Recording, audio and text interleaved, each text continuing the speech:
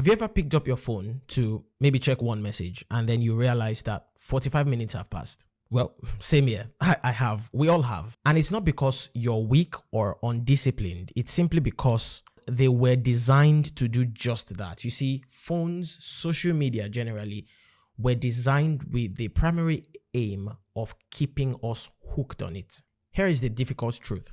Social media was not built to serve you.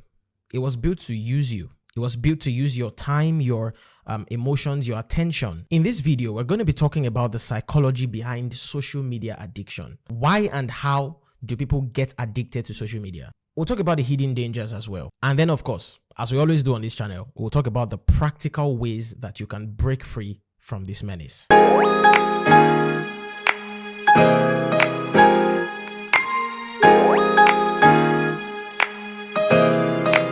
Hey, welcome back to my YouTube channel. My name is Goodness Eze. I am a multimedia creative, and this is my YouTube channel where I talk about life, I talk about faith, I talk about everything that makes my heart beat. So if you're new to my channel, please subscribe and click on the notifications button so that you are notified when there is new content on the YouTube channel. And also like the video so that the YouTube algorithm will show even more people. Everything you see on social media, the whole mechanism of social media is built around one thing, one word, and that word is dopamine. And I'm sure at some point in your life you might have heard that word dopamine. What is dopamine? Dopamine is what some people call the happiness hormone. It is that chemical that makes you feel good. It is sort of the brain's reward chemical. That thing you feel when you're happy about something, right? That is dopamine. It's a hormone that does just that. It makes you feel happy. It's your, like I said, it's your brain's reward chemical. It makes you feel good, and it's what drives you to repeat certain behaviors. Take, for instance, you try out a new restaurant, right? And, the food you have there is so good. You really enjoyed it. Dopamine is activated in your brain, and it gives you that sort of, happiness feeling, that joy that you feel, right?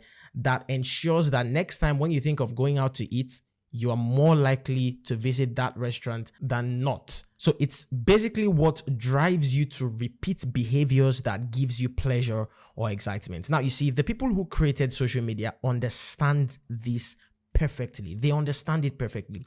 And they designed the media to do just that, to take advantage of your dopamine and give you as much pleasure, as possible, that would ensure that you continually repeat the exercise of going back to the social media and going back and going back and going back, And they did it in such a way that you don't have to do so much to get the pleasure.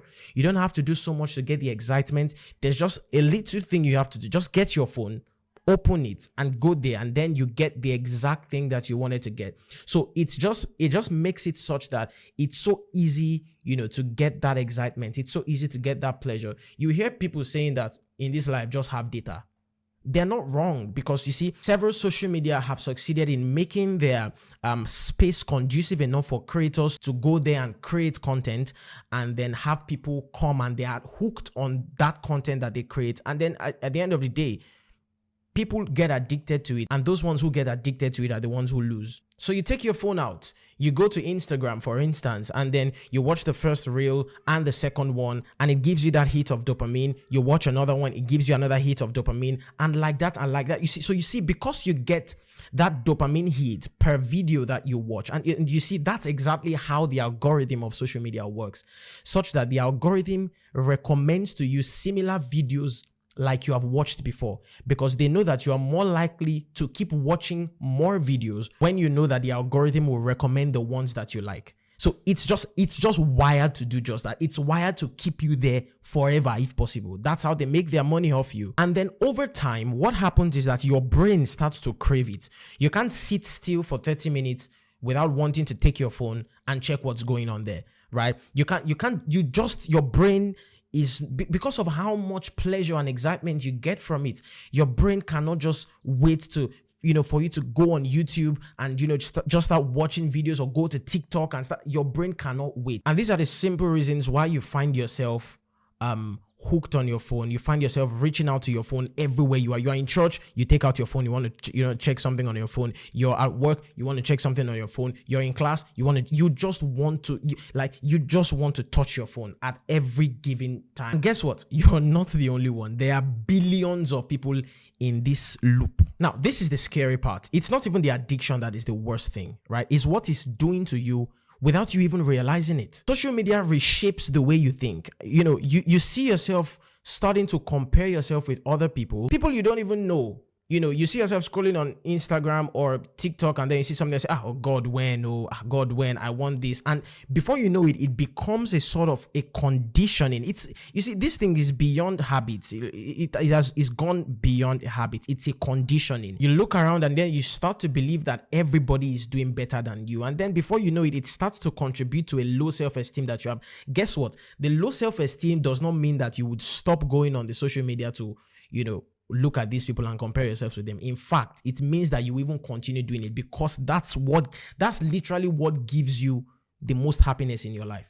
And you see that people get stuck on social media. They spend hours and hours and hours there, not because they don't have anything better to do, but specifically because that is what gives them the most happiness. And they may not admit it, right? And that is even where it's most dangerous, because it's clear that the social media is doing damage to them and they're not even realizing it. How about attention span? I mean, the attention span of an average Gen Z is like, at best, a few seconds.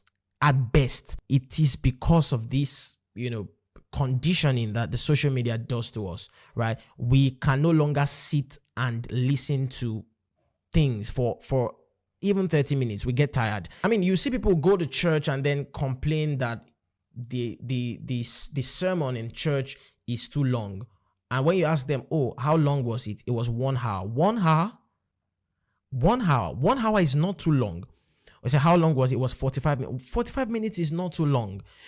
People literally cannot sit down and submit themselves to something for that long. Why? Because like I mentioned at the start of the video, we have been conditioned to do very little and get pleasure from it. That's what the social media teaches us, that you don't need to do so much to get pleasure. You don't need to do so much to get, to be happy. Just take your phone. Have data, right? Go on the social media and then check this out and then check that out. That's all you need to do. And because of that, we slowly start to feel that you don't need to exert yourself to get pleasure. You don't need to exert yourself to get happiness. And then it slowly creeps into every aspect of our lives. And then you see people, I talked about gambling a couple of weeks ago. You see people struggle with gambling because of this reason. You see people, less likely to work as hard as they should because of this reason. How many times have you actually spent time with family, without taking the phone? How many times have you actually spent time in the secret place with God for hours without taking your phone along? It was sometime last year that I realized that this was a major problem. I lived in a place at the time and I had issues with electricity where I lived, and because of that, all my devices were down. My system was down. My phone was down. And, I had about a full day without having access to any of my devices.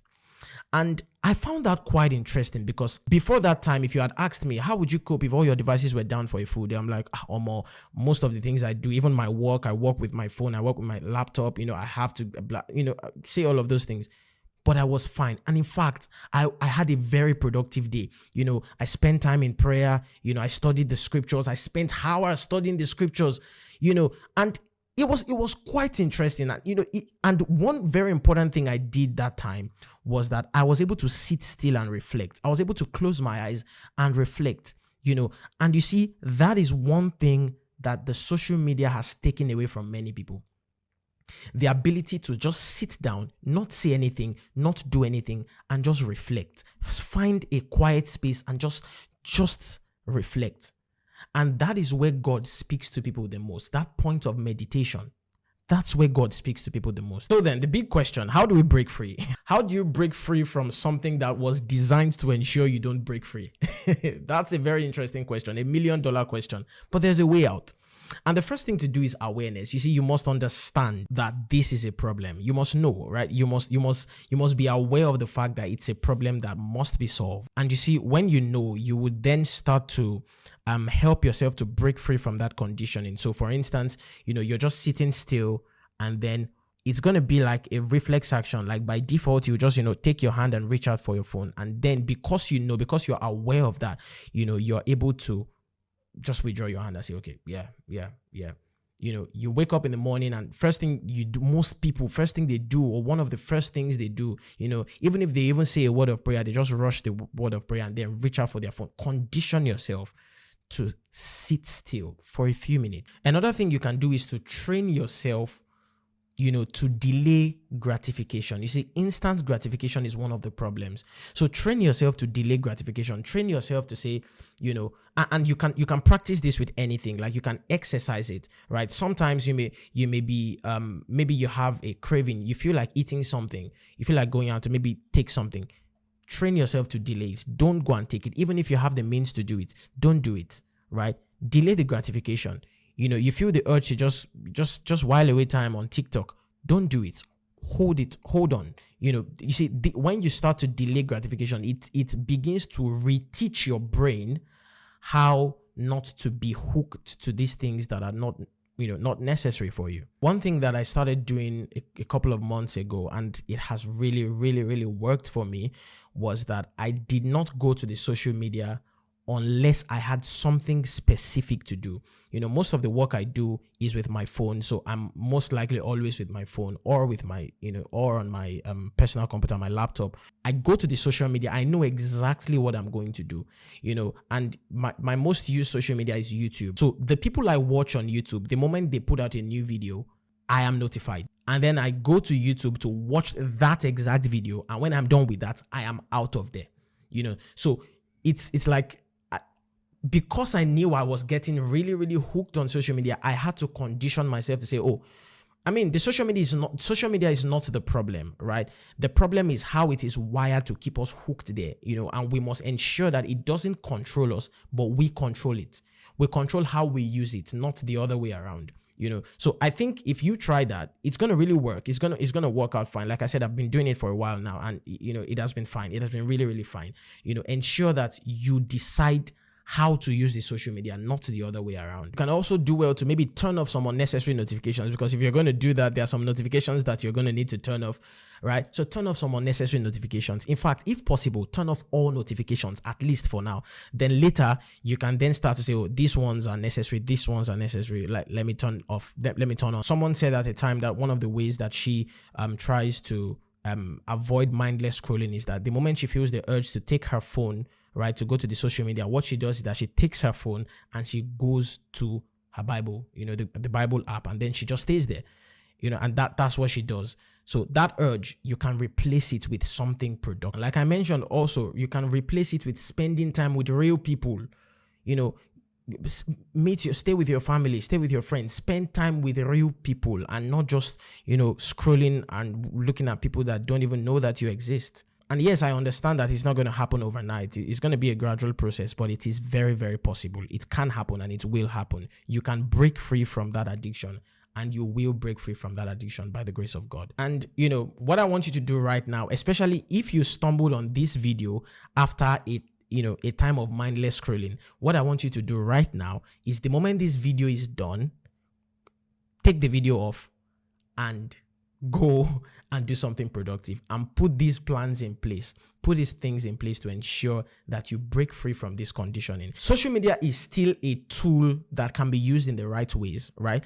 But the point is that people should not get addicted to it. The point is people should not let it control them. They should control the use. So what I try to do is to control it by me, of course, being a creator here, right? Creating content here, but also while I'm creating content, letting people know that you shouldn't let it control you, right? And you can still enjoy the social media, enjoy your favorite creators on social media without being addicted to it. It's very, very possible. That's the video, guys. If this video made a lot of sense to you, please share it with someone that struggles from this mindless scrolling. Share it with that person. And we do well to like the video and subscribe to our channel, and click on the notifications bell.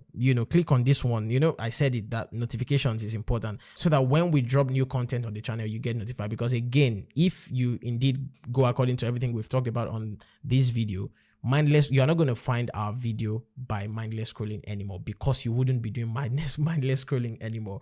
So you would need more than ever to click on this notifications button so that you would know when we have new content. And then you come to YouTube, you watch it, you watch every other creator that you watch, and then you go back out and do every other thing that you have to do.